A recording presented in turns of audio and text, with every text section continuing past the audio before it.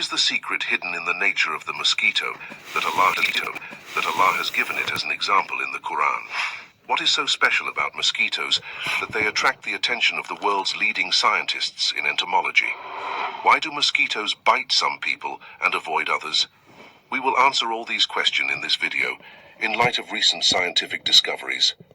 Let's start with mention of mosquitoes in the Quran.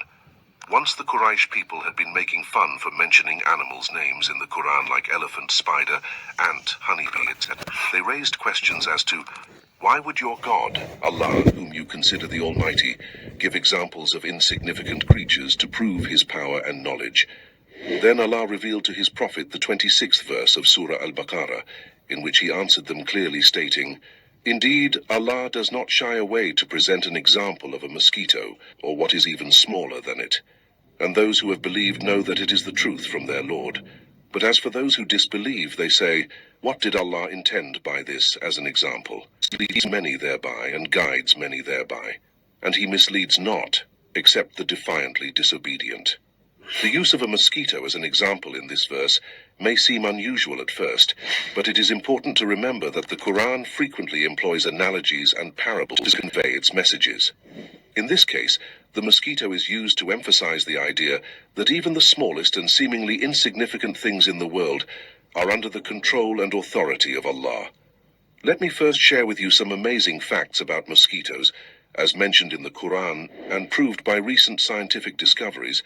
Then you will better understand why Allah used mosquitoes as an example. In the Holy Quran, when Allah talks about mosquitoes that bite, he uses the term bawudata to refer to female mosquitoes. This means that the mosquito that sucks blood is female, not male. This verse was revealed in the 7th century, but it is only recently that researchers have been able to discover, thanks to advanced electron microscopes, that female mosquitoes need blood for fulfilling their demand for eggs' nutrients.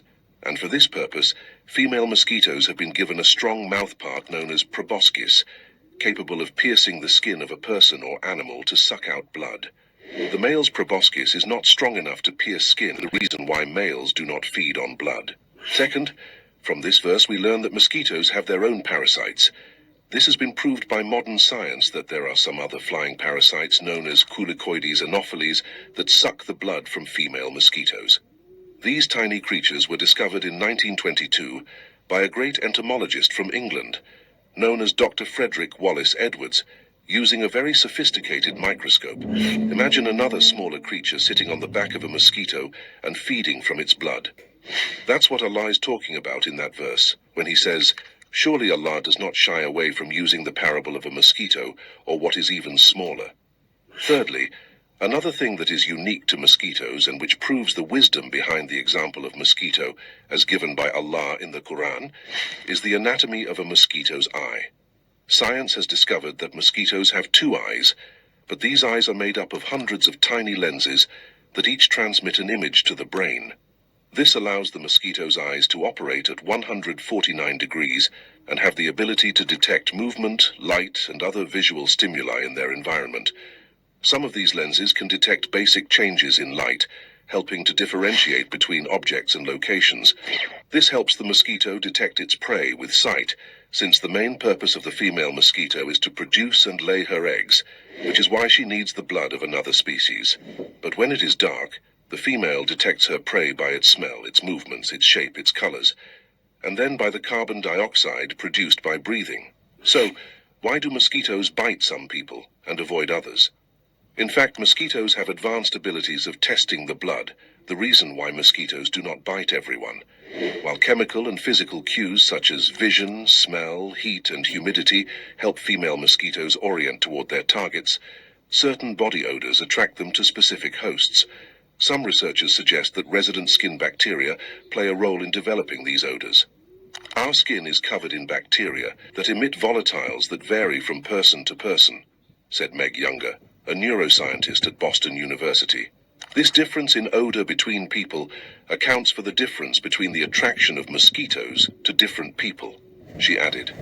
It is estimated that there are about 3,500 species of mosquitoes on Earth, each having different habitat as well as other characteristics. Although modern science has discovered many significant information regarding mosquitoes, There are more remains still unknown. Do you still not find any miracle in the life of a mosquito?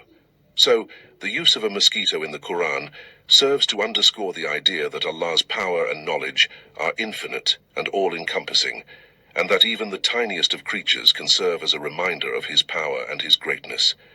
We witness and see every day and everywhere clear signs from our Creator. The truth is manifested in the wonders of His creation, whether it be in the vast cosmos or here on Earth. I will conclude by telling you an amazing story from about mosquitoes. Once upon a time, there was a king named Nimrod, who ruled in Babylon and considered himself to be God. He claimed to be able to grant life and death. So after Allah sent His messenger Ibrahim to him, and Nimrod decided to continue to transgress, Allah sent a mosquito that entered his brain through his nose and started biting his brain. Nimrod's pain was so intense that he ordered his soldiers to hit him hard on the head to calm the mosquito, but this only increased his pain. This situation lasted for a long time until he died, his head smashed by his soldiers. The story reminds us about mosquitoes and their evil effects on human beings. About half of the world's population is now threatened by mosquito-borne diseases such as malaria, yellow fever, dengue fever, etc. The mosquito is therefore responsible for 725,000 to 1 million human deaths per year worldwide, making it the deadliest animal for humans. Prophet Muhammad sallallahu alaihi wasallam has taught us a dua to seek protection from Allah against diseases and all bad things. أعوذ بكلمات الله التامات من شر ما خلق. I seek refuge with Allah's perfect words from the evil of what He hated. May the blessings, peace and mercy of Allah be upon our beloved Master Muhammad, his family and companions. May Allah place us all under his care and protection.